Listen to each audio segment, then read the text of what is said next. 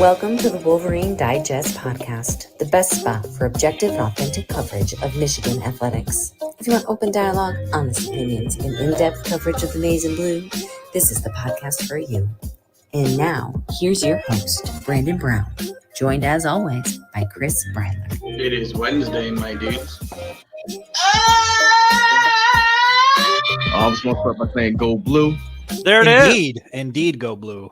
Michigan basketball 1-0, dude. 1-0. Lot more wins to come. I would not bet on a whole lot of losses coming that team's way this season. It's early. They dicked around a little bit with Buffalo. That Buffalo team is freaking good. That's what I was going to say. I had people asking, like, well, did Michigan play a bad game or is Buffalo that good? Buffalo's that good. They're going to be a handful in the MAC, dude. There's no doubt about that. Yeah. And Michigan comes away with a pretty easy win. I mean, it wasn't an easy win, but they come away with a 12-point win. Buffalo made it close. I think they got it to within 5 in the second half a couple times. Michigan was up 20-something in the first half. And then, Juwan Howard really early on, the team is kind of running away with it. It looks like a blowout. He starts mixing up the lineups in a big way.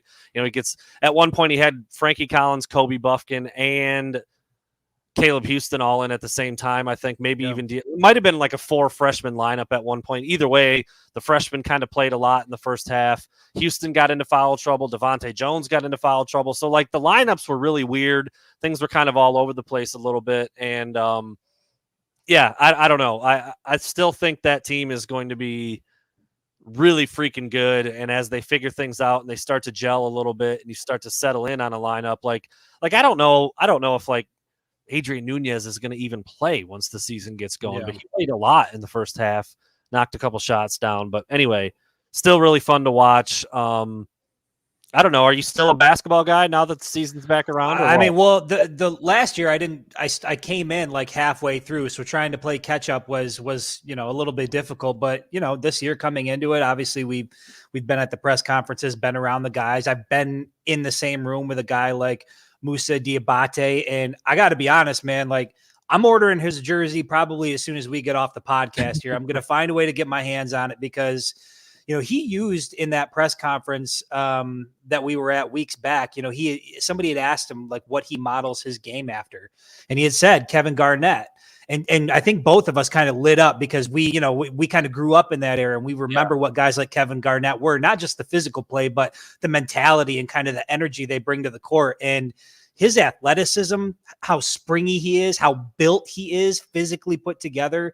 He's an immediate impact player on both ends of the floor. I know offensively he's going to get better, but I'm excited to see what that guy turns into. And then I saw ball movement. I mean, they moved the ball really well. I know Hunter Dickinson talked about how NBA scouts said, hey, you got to work on your left hand. And we saw a little bit of that in the game. So top to bottom, they look like the most complete team in the Big Ten. And I think you're right. I just don't see them losing a lot of games this year. Yeah, the second half got a little bit tight, but man, that was the first game, solid opponent.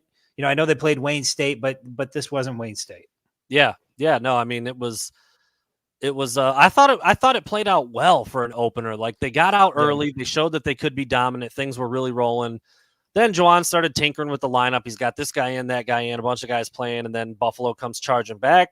Michigan had to buckle down, had to play some defense, had to focus up a little bit. They did. They pulled away. I mean, like, I just think it kind of tested them in a lot of ways and felt pretty good. All right, this is what I want to do. I'm just going to go quickly. I want you to give me like a sentence or 2 or 3 off of my 5 takeaways article that I just put up as the game went final. I put up 5 things. I actually had a list of about 8 or 9 that I could have done. I just went with 5. I'll touch on a couple of the other ones, and then we'll shift it over to kind of looking at some of these fan questions and some stuff like that and see where we're at as we get past 9:15 here. Obviously, 2 hours behind schedule with that basketball game tipping at 6:30. So the first thing that I said about the game tonight was that, and the announcers said this, and it was easy to see from the very, very beginning, Caleb Houston is freaking ready. Like, dude is ready now. He is polished. He does it all. A sentence or 2 from you. Go. When I was a freshman in college, I had I think I was still working a bowl cut. I might have still been wearing Jinkos, and I think I worked at a shoe store, if I remember correctly. This dude looks like he's already an NBA vet. He's really good, and he's only going to get better, and I think that's scary for the Big Ten. Yeah, I tweeted out, like, you can see it already. It was like 10 minutes of his freshman season, and I'm like, he's got a 15-year NBA game. You know where he fits? Like a San Antonio, like that's like solid, big, fundamental, just does everything right. That's what I said. I mean, you could see it. He can shoot it. He can put it on the deck. He can finish at the rim. He was passing extremely well. He can defend. He's smart. He's ready, man. He's ready for the big time. Not a surprise at all that he stepped in and became a starter in that lineup of a pretty deep team. I mean, we saw that tonight. A lot of guys can play. Second thing, we just touched on it. You already kind of went to the well with this one, but Moussa Diabate is the real deal. He's raw. He's figuring some things out, but you saw the two big blocks, a foot above the rim, a couple monster dunks, runs the floor like a gazelle. He's figuring some stuff out, positioning on offense and defense. Angles. I think it's going to take some time to figure that out, but the raw tools are special. I mean, he might end up being better than Caleb Houston long term, which is crazy to say.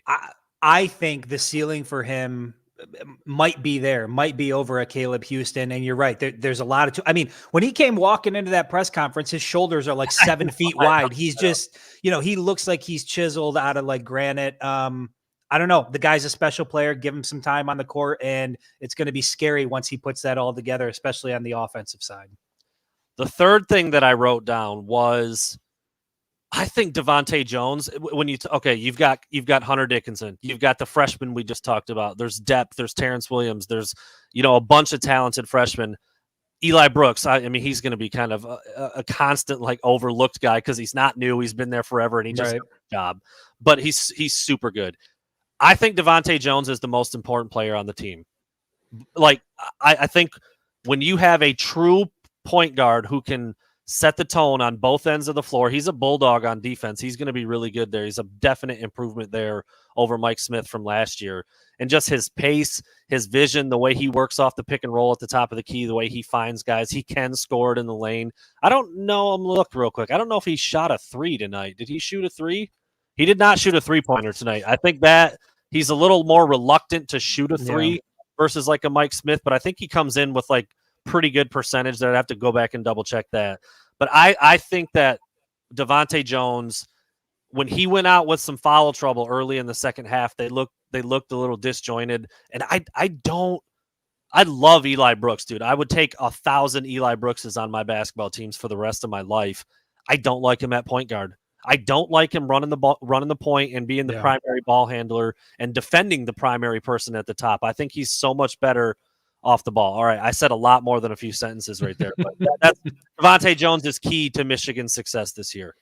I will say yes, and once again, it's a testament to Juwan Howard and his ability to go into the transfer portal and bring the right talent in. He is turning out to be a master of building chemistry, and it's only getting better. So. How about this comment? This is about nail on the head. Eli Brooks is the Ronnie Bell of the basketball team. 100%. 100%. Yeah. Earlier this year, we were talking about analogy, and Chris rattled off like 8 receivers before he got to Ronnie Bell. Like, you just do that. You just do that with guys that come to work and do their job. And I mean, they can be flashy. Like, Eli has thrown down some big dunks. He has hit some huge threes before. He's really, really good at everything. You just kind of forget about him. I don't know why that is, because he's super, super important to what they want to do. But that's really good. He is. He's the Ronnie Bell of the basketball team. So important that he stays healthy and can contribute game after game, because he's so good on both ends.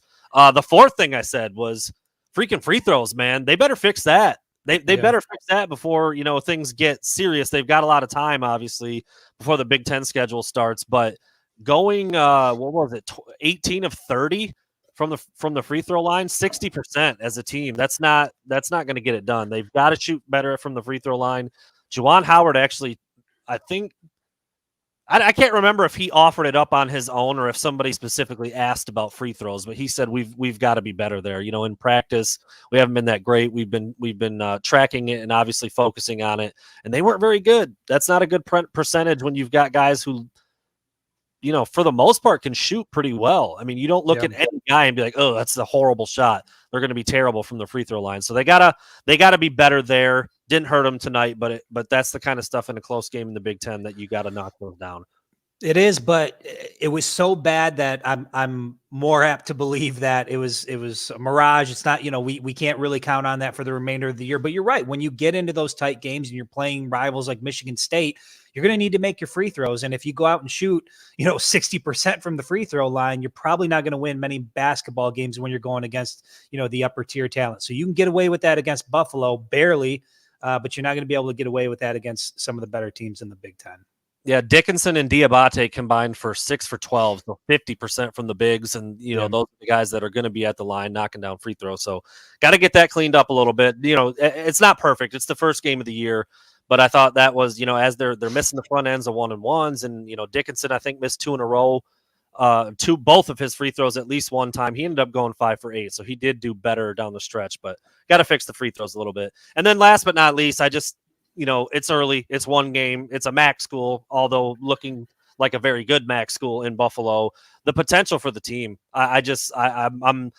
It's impossible not to think about like down the line when Diabate knows what's going on and him and Dickinson can feed off each other and Brooks and Jones really know their roles as the starting guards. And, maybe Diabate does come into the starting lineup and you've got a spark plug energy guy like Brandon Johns coming off the bench like he's been his whole career. The freshman, as bouncy and athletic as guys like Frankie Collins and Kobe Buffkin are. I don't know, man. The team, I'm just like, I was out doing some stuff today and I couldn't wait to watch the game. I was like, I can't wait to watch this basketball game, man. And now I just want to see the next one and the next one and the next one and see how good they can truly be, because they look like a lot of fun, if nothing else. Yeah, it's hard not to be excited about the future when you see all of these cool pieces that are on the basketball team, and that they're only going to get better. They're going to develop guys like Frankie Collins. Like, I'm excited to see what his career turns into. Obviously, Moussa Diabate, Caleb Houston, those guys, they have so much talent. And I think it's just, for all the heartbreak that we seem to suffer and go through with the football team, there's on the flip side, when it comes to the basketball team, there's just such a trust there in what Juwan Howard's doing and the culture he's built. It's a pleasure to sit back and watch it as a fan, having that kind of trust in the guy leading the team. It's a pleasure to watch. No doubt about it. And I said I wrote down a couple other things, so I just want to touch on them real quick while we're just talking. Man, Terrence Williams, dude, is going to be it's so valuable because he can play the 3, the 4, the 5. Everywhere. He stepped out and knocked down a big 3 today. I think he had 6, 7, 8 boards, something like that. He's a hustler. He can defend multiple positions. He can grip it and he can grab a rebound and go and get it out if he can't get it to a guard. I mean, he's doing all the little stuff. Michigan's got a few of these glue guys on the team. I would classify like Eli Brooks as a glue guy. Brandon Johns is a glue guy.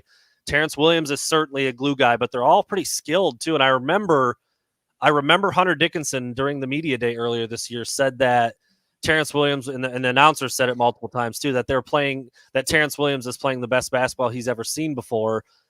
But he took it a step further and said that Terrence Williams has the best knack on the team for taking and making hard challenge shots, kind of like Carmelo Anthony. And I was like, get out of here, Carmelo Anthony. Get the hell out.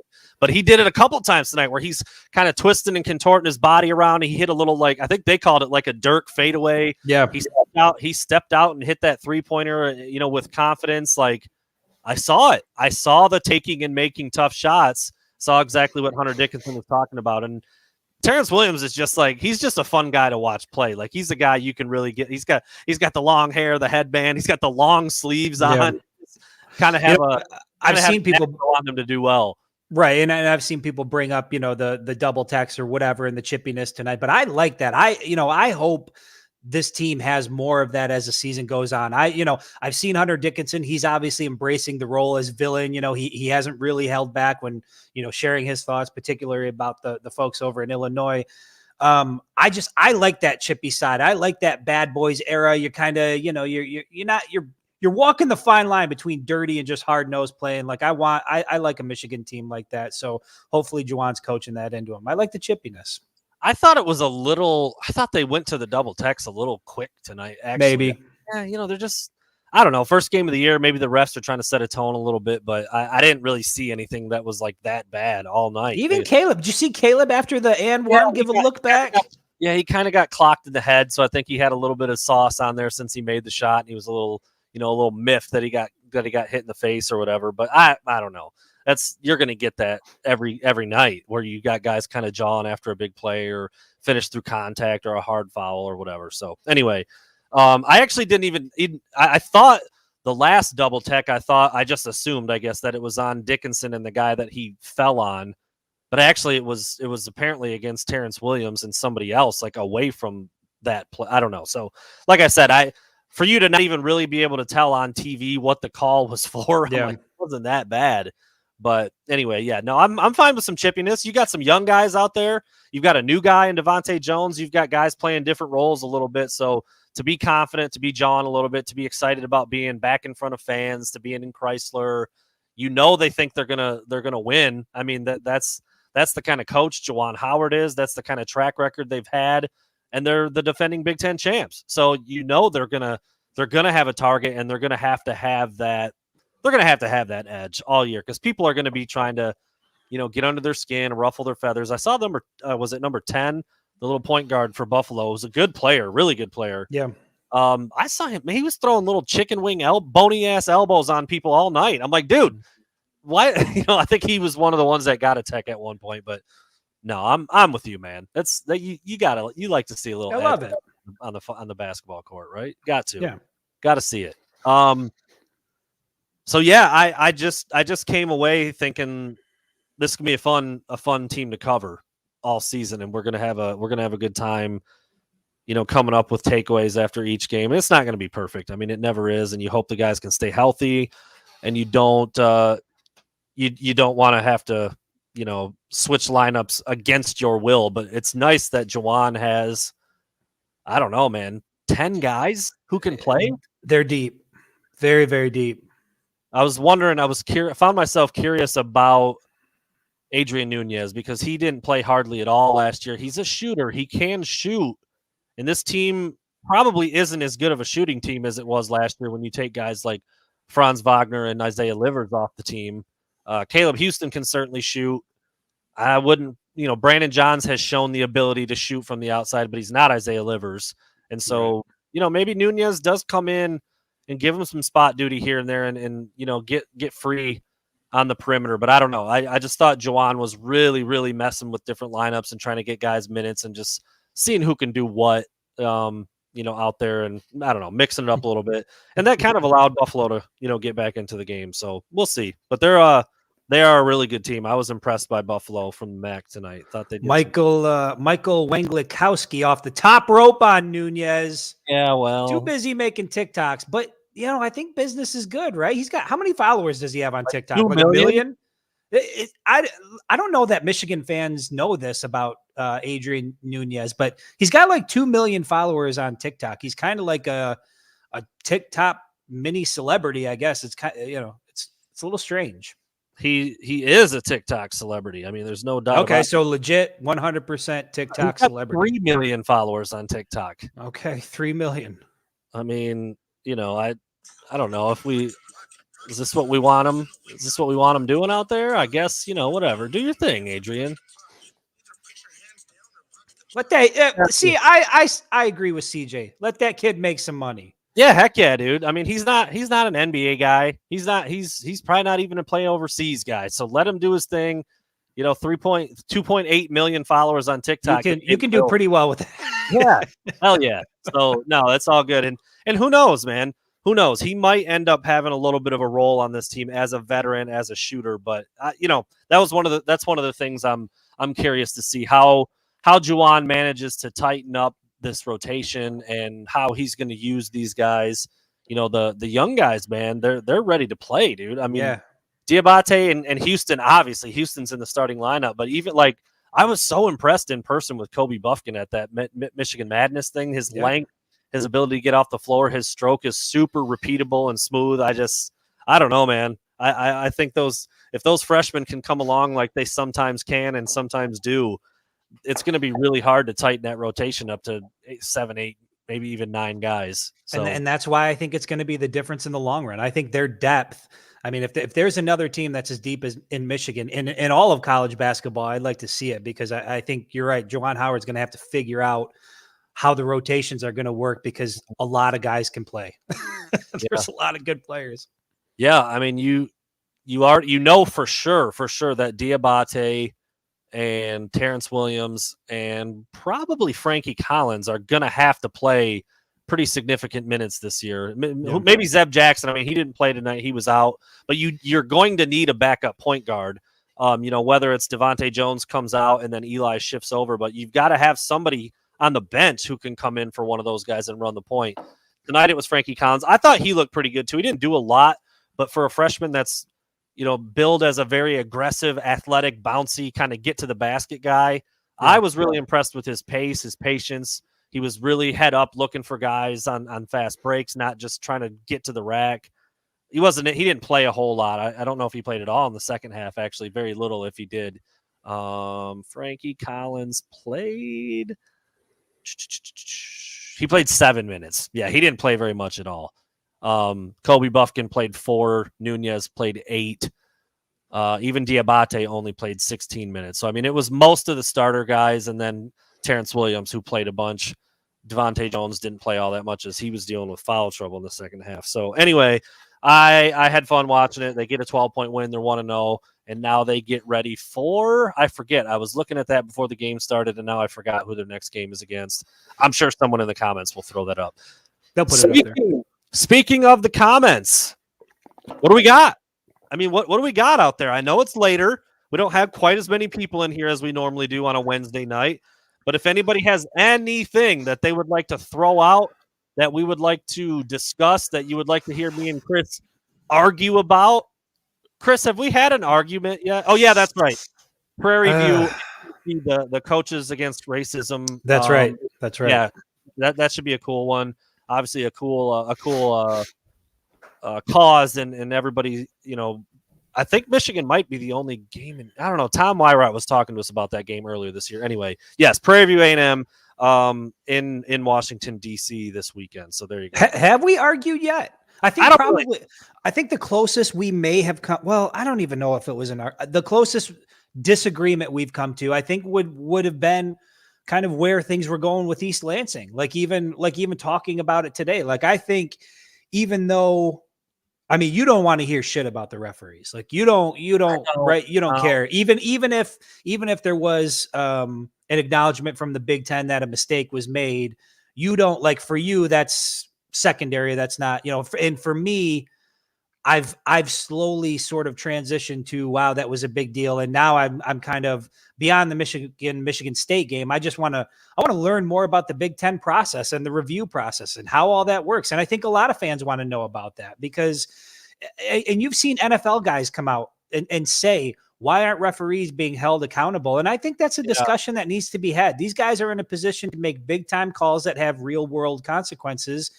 And it seems like there's no accountability at any level. And so I think there's going to be a really big push here over the next year to try to make as many changes to that as you possibly can. There's got to be more transparency in how these guys operate. Yeah, I mean, I don't disagree with, like I said, with what your points are and concerns are for the process and what actually goes into it. Mine was more just like the fact that it's still being talked about in reference to the Michigan State game. I'm like, dude, they played another game and beat Indiana since then. Like, why are we doing this? And I know Harbaugh was asked about it, and Angelique put it out there and lobbed him up a meatball, and I get it. But I don't know. I was talking to a friend on the phone today, and like anytime, a team I like or a team I follow loses, and I'm talking to somebody about the game, if at any point they're like, well, it's hard to beat them and the refs, I'm like, I'm good. I'll see you later. Yeah.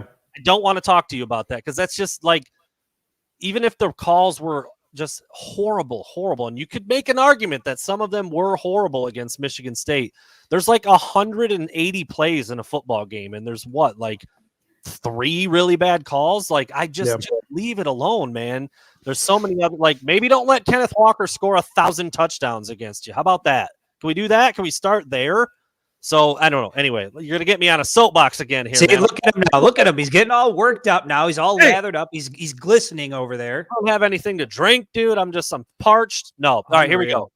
We got some good comments coming in here. I'll be completely honest with you guys out there. Everybody asking about the health of the wide receivers, Donovan Edwards, Eric All. I'm not sure. I've asked around. I haven't heard anything concrete. The closest best thing that I got is that they expected the skill players to be back this week. I don't know if that means all of them. I didn't get I'm like, which ones? And then I didn't really get like a concrete answer back about who that was. If it's, is that just the receivers? Is that Eric All? Is that Corum and Edwards? I'm not really sure. I know that's probably one of the biggest things people want to know, but I personally haven't gotten any concrete evidence or info on whether or not those guys are going to be back. This is a good question. I like this one. Who's a better quarterback, Cade McNamara or Sean Clifford? I like that question. Thank you for that, Patrick. You know what? And I'm probably going to sound like a bit of a hater here, but I would say Sean Clifford, because I know Sean Clifford can throw. But the thing about Sean Clifford that scares me the most is his ability when he drops back in the pocket, his escapability, like he'll run up through the middle or he'll get out to the outside. That guy can break off 25, 30 yards on a run like nothing. I haven't seen Cade McNamara have that part of his game yet. So I think anytime you can add mobility to a quarterback, you want to have that element there. That's why I take Clifford. I think the arm strength and the accuracy is probably similar. Seems like it. Yeah. Obviously, I haven't watched Clifford as closely as I've watched McNamara, but I would give Clifford the edge, too, for some of those same things. More proven. He's been the starter for a couple years. He can do a little bit more with his legs. But it's not by a lot. I mean, it's not like, if you said, okay, for the rest of the season, you could take McNamara or you could take Clifford. I don't even know if I would switch it. I'm not, like, to me, it's like that close. Yeah. I don't think it's head and shoulders, but if I had to pick one, if I had to give somebody an NCAA overall rating, I'm giving the edge to Clifford by like a little bit, like maybe 2 points. Mobility is a big deal. It is. I like mobility in my quarterbacks.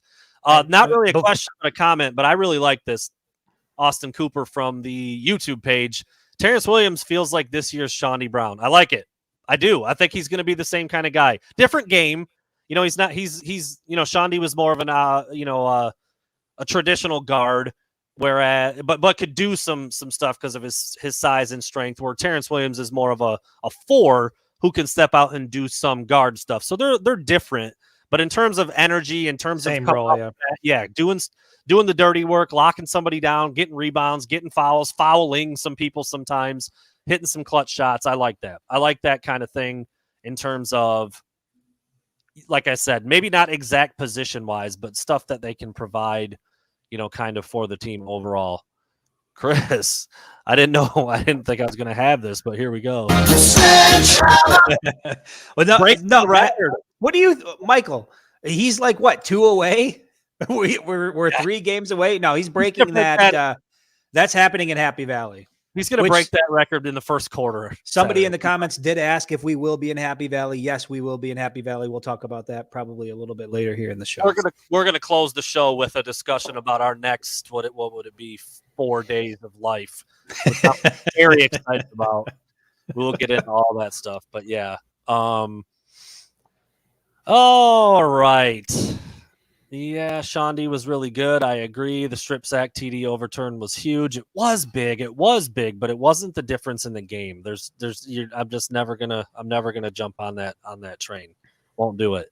I forgot it was. I disagree.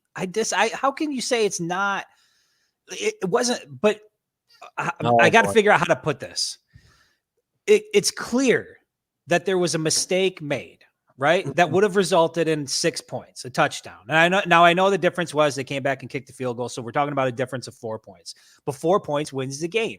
And so we talk about, Michigan gets shit for not making plays when they need to make plays, right? Like if you need a touchdown, go out and score a touchdown. Like don't have to rely on the referees. But that's what they did. They made a play defensively. They made the play that they had to make.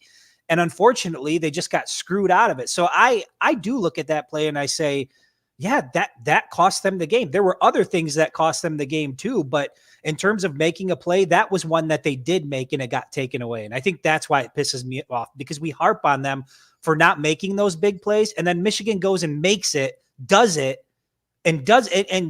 to win the game, and it gets taken away. So I feel sour about that.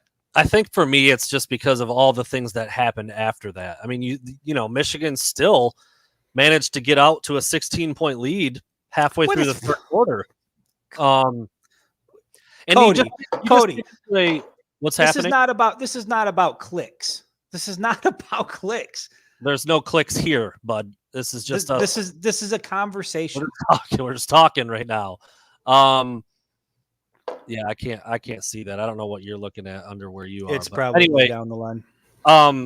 It's kind of like what we made fun of before. You get into like a hypothetical fairy tale land in your head, because it's like, well, Michigan scores a touchdown right there. Maybe it really lights a fire under Michigan State's ass, and they return the ensuing kickoff for a touchdown. And you're like, well, maybe, no, you can't just say, well, you can, because you have no idea what would then happen from that situation moving on. Maybe Peyton Thorne looks up at the scoreboard and sees where it is and gets really flustered and throws a pick six on the next possession. I mean, like, so I get it.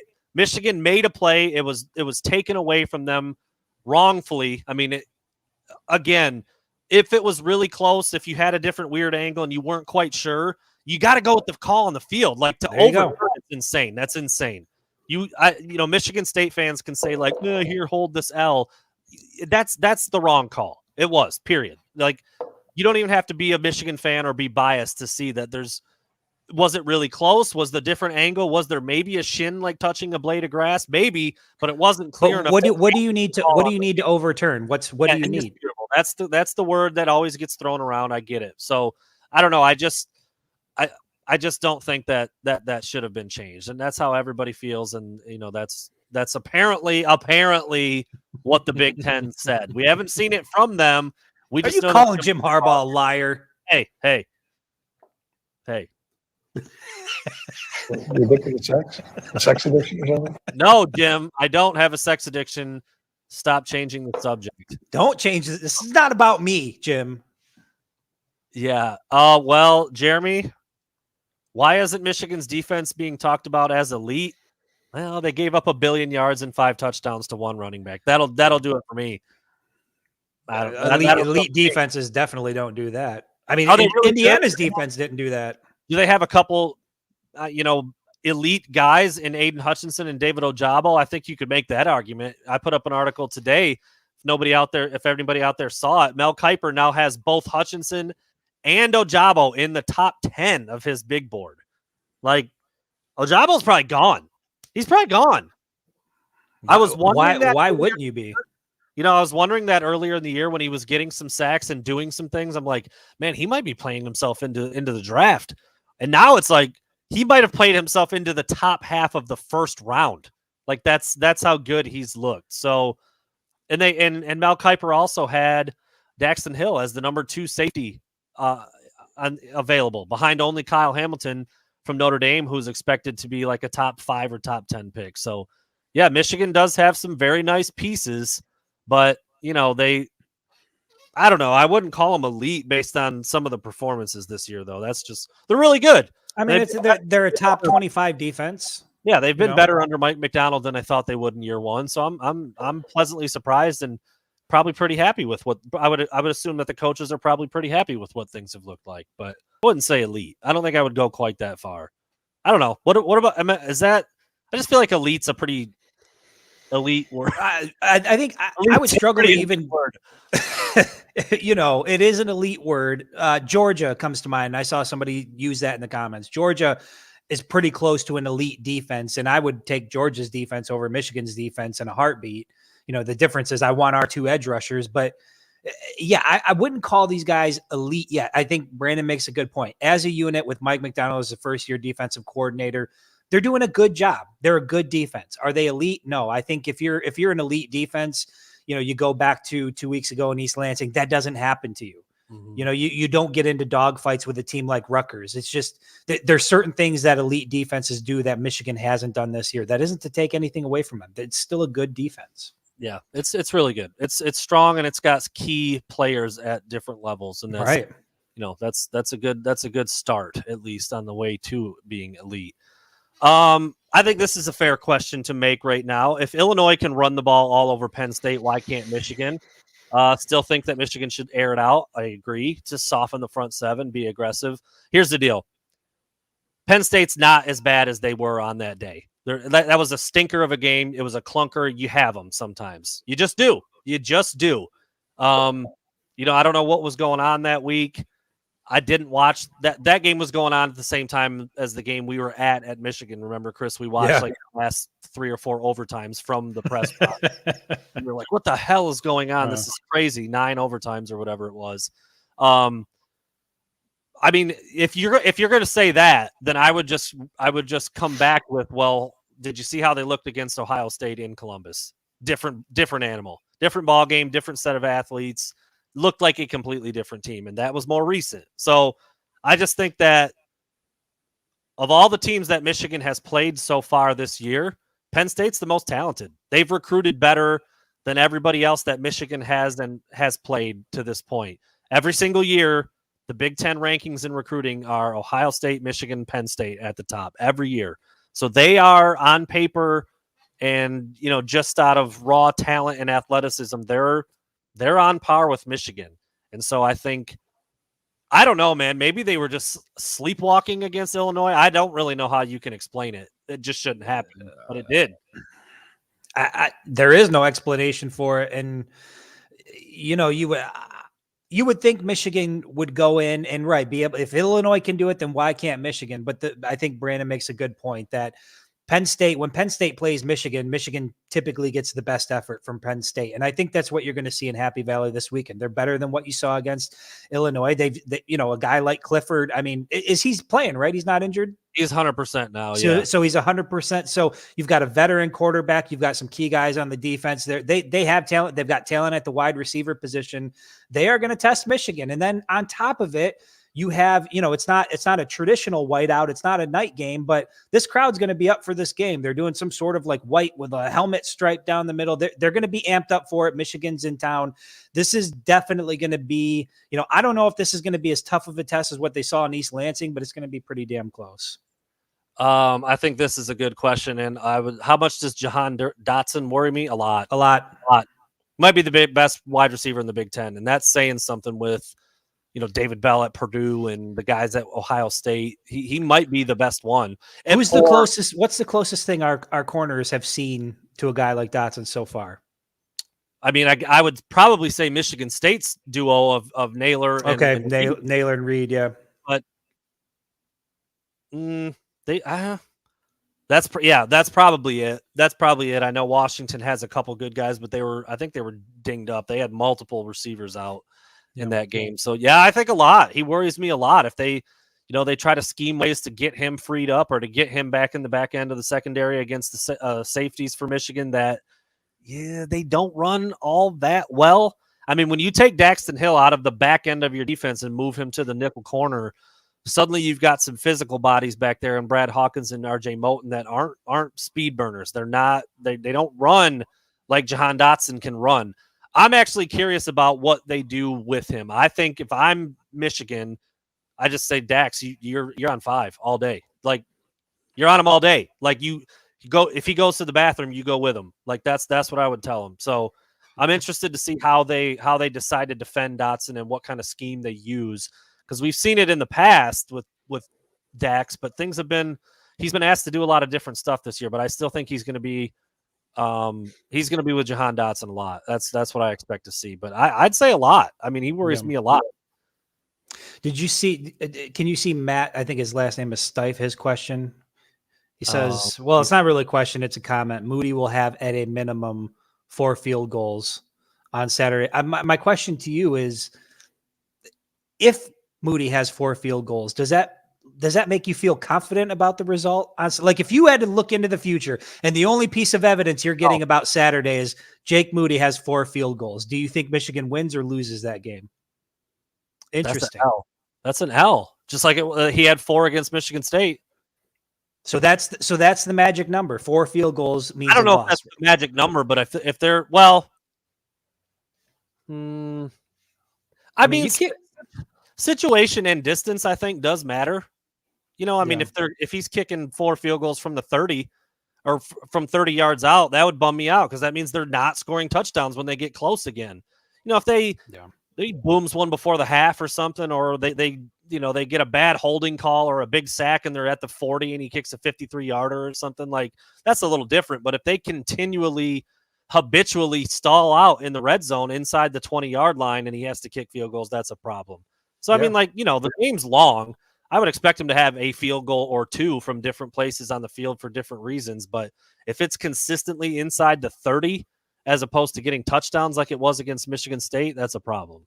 Should they just disconnect the sledgehammer like from the hip and like say, hey, you're going to sit on the bench. We're going to force Cade McNamara to put it in the end zone. I asked you about this before. I asked you, do you think having Moody changes what Jim Harbaugh and Josh Gaddis want to do on offense and changes the thought process? Like, if they had a shitty kicker, would they take a few more chances? Would they go for it on 4th down? Would they? There's no question. I think that's a really interesting dynamic that I've never really thought about before. You got Old Faithful back there, number 13, who's just drilling them. It's become such a topic of discussion this year because Moody's been so good that it's like, well, we'll play it safe here. We'll get 3. Like, you could do that no matter where you are. And I think that, I don't know. I wonder how much that does play into what they do and why it's looked the way that it's looked. So anyway, we'd be remiss if we didn't talk about this, right? Michigan being ahead of Michigan State in the playoff rankings. I love it. Go ahead. It's great. Great. Okay. Here's the thing. This is going to rub some people the wrong way, but it just is what it is. And I said this I think at the beginning of the season when we first started doing these podcasts. The reason that Michigan is ahead of Michigan State is because A, the committee saw what the rest of the country saw in East Lansing. So there's that. But B, it's just the fact that no matter what Michigan State does, there's always going to be a preference for Michigan. That's just the way it is. And I think Michigan State fans are getting a harsh dose of reality. The playoff committee loves Michigan. When Michigan State's doing well, I don't think anybody cares. Like it just, there's more excitement about Michigan. The brand is bigger. The fan base is bigger. The alumni base is bigger. It just is the way it is. That's why you're little brother, and you're always going to be little brother. It doesn't matter how much you win, what you do. It is what it is. You are what you are. So here are my thoughts on this. And this is the first place that my brain went. It doesn't have as much to do with what you just, I don't disagree, but I think you could remove that from the equation. I think you remove the head-to-head outcome from the equation, although that does seem kind of like the most important factor to me. I mean, when the two teams play against each other, that's got to be worth more than anything else. But to me, when Michigan State's at number 3 and they lose to an unranked team to only fall 4 spots, like that seems like pretty fair. Like, I feel like when a team is ranked pretty high and they lose to an unranked team pretty convincingly, I might add, like you could see a tumble of 5 to 8 spots in some instances, and they only fell 4.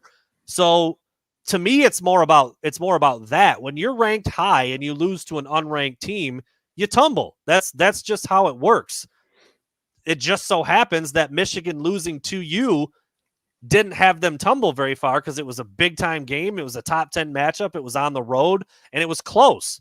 So when Michigan lost to Michigan State, they didn't fall very far. So then the very next week when Michigan State loses to an unranked Purdue team, they fell far enough to get back behind Michigan. I think to me, it's more about that than it is like the head-to-head result or the branding or whatever. I do think. Well, no, obviously it has no.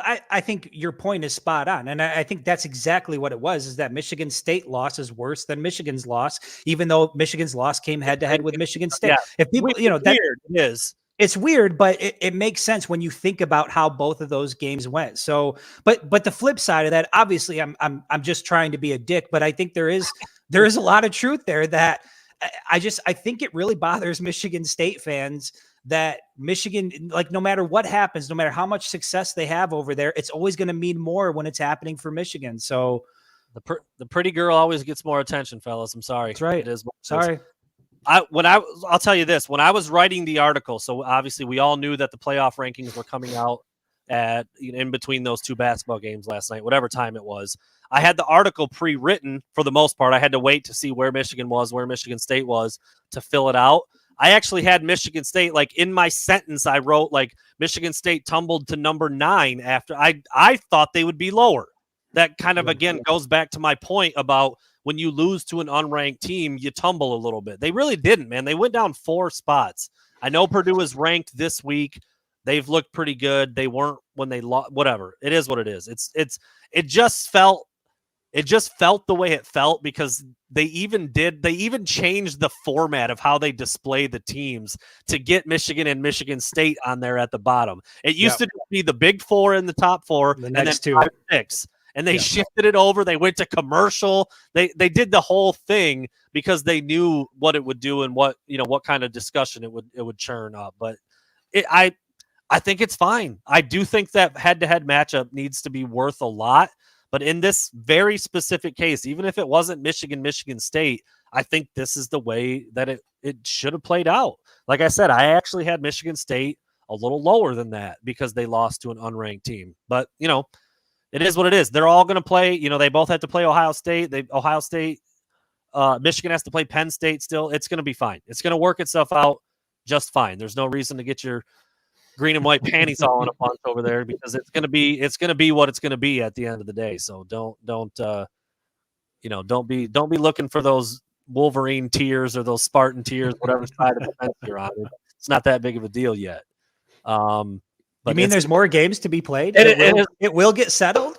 Right. It is fun to talk about, though. It is. It's fun to talk about. All right. Let's see. Yeah, some talks about Georgia and there being maybe the only elite defense in the country, honestly. I mean, every other defense has been exposed in some way, shape, or form. Let's throw this one up there for funsies. Mays white or blue pants on Saturday, Chris? Stay away from Mays. Stay away from Mays pants. Yeah, probably. I think the last time they wore Mays pants in Happy Valley, they lost. They wore Mays pants in East Lansing, they lost. You either got to go with the frosty whites or you got to pull out the blue. I probably go frosty white. I probably go all white. Have they worn the all whites on the road? I don't think they have. I don't think they have either. Yeah, I don't think they have. Not a bad question. I like the wording. Will Ojabo or Hutchinson make pants first? I think it's gonna.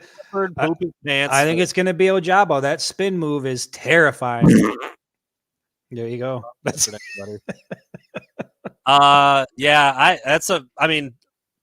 Flip a coin. Really. I mean, there's no way to really predict that. They're both pretty damn good at getting to. Can you imagine? Hey, he's going into this weekend knowing that there's 2 top 10 defensive ends that are going to be coming after him. So that's nice. I'll say Moten's.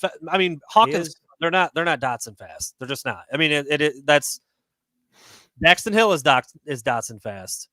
DJ Turner looks to be Dotson fast. The safeties just aren't. They're not. That's not a knock on them. They're just not. I mean, sometimes you get that, sometimes you don't. A lot of times safeties don't necessarily run quite as well as the other team's fastest wide receiver. That's pretty typical. It's not a knock on them, but we've seen it in the past. I know it was Don Brown. I know it was him putting safeties on islands against KJ Hamler and some other the hell was the guy that made Josh Metellus look like he had cement blocks on against Ohio State. Paris Campbell runs a 4-3-2 or whatever the hell, and you're asking Metellus to guard him one-on-one. So yeah, no, I don't think we're going to see anything like that. But Dotson can go, man. He's that kind of player. So he is worrisome a little bit. It's a good question. I can't remember off the top of my head, Chris. If you want to talk about the for a minute, I can look that up. I want to say it's 55. It's long. It's something like that. I mean, you can. I don't really know what to say about Jake Moody. We've already talked about him. He's automatic. He's the sledgehammer. He doesn't miss. He's Jim Harbaugh's safety blanket. He makes everybody feel comfortable knowing you can rely on him. He's Jake Moody. How about he used to wear number 2? Would that be baller if he was still 2? He did used to wear number 2. As long as 52 this year against Washington. Okay. So yeah, he's good from far. I believe. I think he had like a 58 or 59 yarder in high school. I think he has the Michigan high school state record for field goal distance. I'm not positive on that. I'd have to go back and look, but I'm pretty sure that's accurate. Actually, I got his stuff pulled up right here. Yes, he hit a 58 yard field goal in high school. He also hit a 50, 52, 55, 57 yarder in high school. So the dude's got a leg, man. There's a reason why he's the he gets it done, man. He gets it done. But 52 in college earlier this year against Washington. Full disclosure, I haven't seen much of Penn State. I haven't had an opportunity to watch them very much. The question is, did anyone watch any of Penn State's games? They've been terrible on offense. They've been better lately, but I mean, yeah, you lose to Illinois. I mean, like obviously they weren't very good that day. We will have a Penn State expert on with us Friday, so keep it locked for that. We will have Mark Wogenrich, who covers Penn State for Sports Illustrated, talking about the Nittany Lions. But yeah, I mean, they're not amazing, dude. Like they started off ranked really high, and now they're not ranked. Like clearly some things have fallen apart for them, but I don't know. If anybody thinks Michigan's going into Happy Valley and just walking out of there with an easy win, like I don't know what you think, how you think things go around here and for Michigan and for on the road in November. Like, come on, man. Yeah.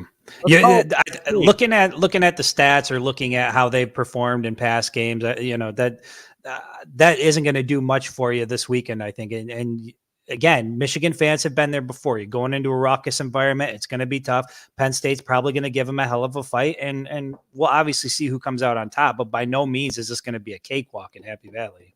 Yeah. Yeah, no, I don't. I mean, would love for it to be.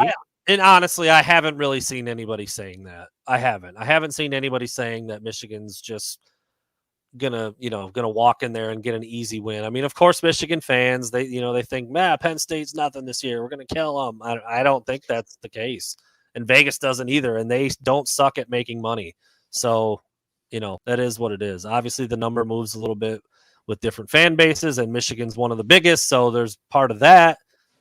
But anyway, I'm trying to go. A lot of comments, not so many questions here. That's a decent one. We'll probably get to this later on in the week too if we do some over-unders. I don't know. Do you think Cade goes over 300 in Beaver Stadium?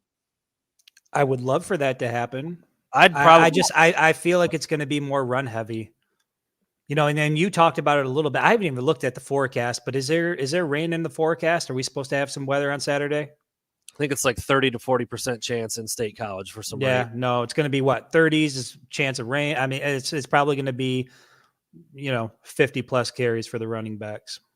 Yeah, that's what I would guess. I mean, even if that, well, I don't know if Corum's out, that does that dynamic or that number change for you at all? I don't think so. I don't know, man, because they're also down Edwards. Is Edwards still out too? It seems like he might be out. Yeah. This is a really good question from Mike coming off of last week. How many drinks is Brandon going to have on Saturday? You know what? The goal number one is keep him away from John U. Bacon. If we can keep him away from John U. Bacon, I want to talk to Johnny Bakes again, dude. I got to see Bakes. if he can verify what happened and what went down and what he was thinking at the time. Should we just kind of talk about where, that might be a good segue into our little trip coming up here. Yeah, maybe. Michigan wasn't the underdog at Wisconsin, were they?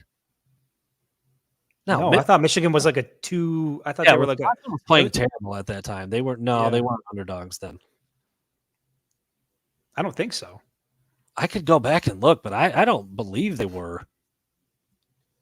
I think just winning on the road in Wisconsin was like kind of noteworthy enough. I don't think they were underdogs. Yeah, Daniel's 2-point favorite. Michigan was a 2-point favorite.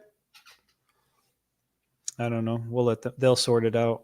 Either way, I find it hard to believe that would have been the case given what Wisconsin was doing at that time, not playing very good, and Graham Mertz was turning the ball over left and right. I don't think that they were I don't think that Michigan was the underdog. I think it was close. I think Michigan obviously covered by a lot in that one, but I don't think they were dogs in that one. Yeah, you want to? I mean, we're going on 55 minutes here. Let's get into the next few days, and we'll talk about what we've got coming and what to look for on Friday. So, It's going to be sloppy. It's going to get sloppy. We should probably have some cool music for this one, right? I don't even know. What do we put on, dude? What do we put on here for this? What the goofy music? Okay.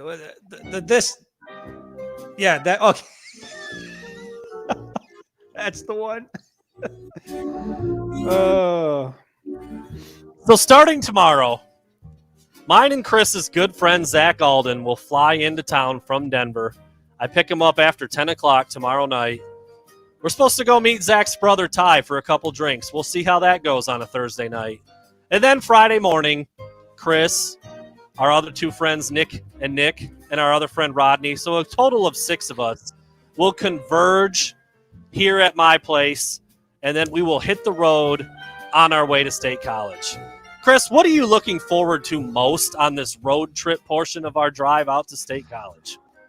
Well, after last weekend, I'm a little bit nervous. So I'm looking forward to seeing Brandon Brown once again in his element. I don't know, man. I'm just excited to get out with a group of guys, get out to Happy Valley. I haven't been there yet, so it's a bucket list stadium for me. I'm excited, man. I think it's going to be a good time, and I know we're going to get into some shenanigans. We're going to try to go live on Friday on location. We'll be at a bar in Happy Valley. We're going to try to come live to you guys and hopefully provide some fun content. Yeah, so the plan is on Friday, it's a 6 or 7 hour drive. I'm sure we'll have a stop or two along the way. But we plan on getting there, in the evening time, kind of figuring out where we're at. And then, do a live stream from somewhere in Happy Valley. Like if it's at a bar or a restaurant, I will have the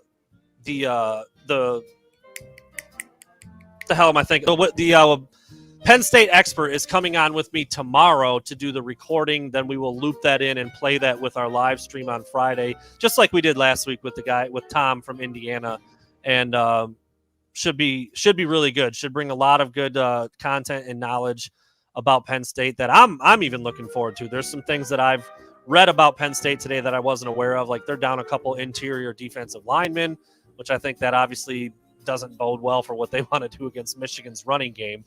But anyway, I'm excited, dude. There's 6 of us going. A handful of them I've been friends with since I was in like elementary school. Obviously, Chris and I have become friends over the last year now, but we kind of knew each other through Zach, who is flying in from Colorado, and it's all kind of coming together. It's all kind of coming together pretty well, and we're super excited about going to the game. We're going to tailgate for we haven't tailgated all year. Right. Seeing the stadium, being in the environment, seeing the game, obviously doing some work from there, and then hanging out with some good friends for the rest of the weekend. And I don't think we're going to go just because it hasn't been set up. I mean, it's not anything we want to pay to go to. I don't even know if you do have to pay, but Michigan plays Penn State in hockey on Friday night, while we're there. So I'm sure we'll see some Michigan fans out and about. We'll probably hear about it. Maybe we'll even bring it up on the live, depending on, depending on how that plays out. But yeah, we're not planning on going. So Chris and I, this is a good question, Logan. Chris and I will be in the booth for the game, credentialed and working. But then afterwards, we'll join back up with our buddies who are going as fans. So they got 4 tickets. They got the cheap seats. We got the nice cushy. Climate controlled. We'll be sipping on hot chocolates up there. We'll be having a blast while they're down there with the rest of the peasants. So yeah, losers. We'll see how that ends up going. But no, looking forward to the experience overall. And I don't know. We'll see how it goes. I've asked a few people where's a good spot to go? Where do you do? What kind of places should we check out? I haven't really gotten any great answers. So if you guys, we're getting hammered. We are getting hammered for that Wisconsin underdog. I see that. Yeah, we were wrong. Apparently, that was Jim Harbaugh's first road win as a road dog. Good, cool. He's 110. Awesome. Yeah, hammer me. That's the way it typically goes. Like I point out that Jim Harbaugh hasn't done a great job in an area, and people are mad at me for it. I'm like, that's okay. All right. Well, whatever. Whatever floats your boat, there, fellas. I don't recall that, but I'll take your word for it that Michigan was the underdog in that game, and obviously, if Penn State's going to be a lot tougher than Wisconsin, I think. So we'll see. We will see. Will's Wolverine report is telling us that there's some hot chicks out there in Happy Valley. Well, listen, Will, we're married. Like I think all of us going are married, right? We're all happily married. We all got kids. We're not going to be at some bar booty clapping, trying to like get on some young college chicks. We're responsible old men. We're pushing 40. Listen, I'm not Urban Meyer. All right, I'm not going to be diddling any buttholes out on the dance floor this weekend. Like that's not happening, dude. You took that to the extreme. Can you say butthole on a podcast? 100%. I mean, I could do a lot more if I wanted. I'm not going to. Bro, I'm getting a weird deja vu. Like this has happened before. Like you said butthole before, and we've done this before. Pretty sure we've never talked about buttholes on the pod before, but maybe there's a first for everything. I really wish I had like a butthole drop, but I'm going off the rails. The show has taken a turn. See what happens when you say butthole? Everything else goes out the window. It's not even Friday yet. All right. Yeah, do the Urban Meyer. I'll be out there doing the Urban Meyer on the dance floor. I have been known to cut a little rug, so we'll see what happens. I have noticed this, though. I'm going to start playing our outro music. So back in the day, full disclosure, big dance guy, worked very well for your boy in college. This guy. This guy. My wife and I and another couple friend of ours went back to Mount Pleasant. This was probably 3 or 4 years ago now. And we went to the Wayside. We hit it up, man. Went out there on the dance floor. I was freaking drenched. Like I just played 4 hours of basketball just from trying to dance through like one song.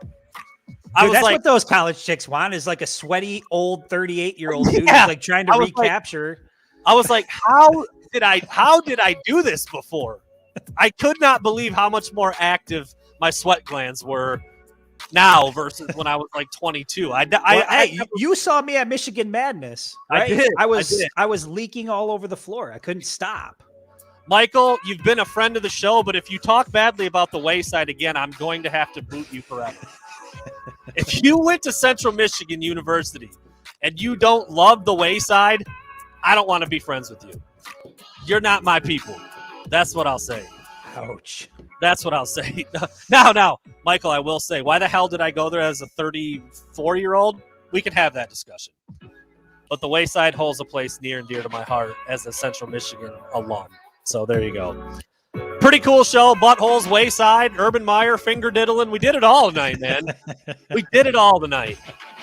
I did not see buttholes coming up on the show. I'm glad we got there. I don't have that on my sheet here. There's no buttholes there. All right, guys. Everyone have a good one. We will be back on Friday in some form or fashion. It may not be right at 7, but we will be back to talk about Penn State and get the insight. Thanks for sticking it out with us. We'll be back on Friday.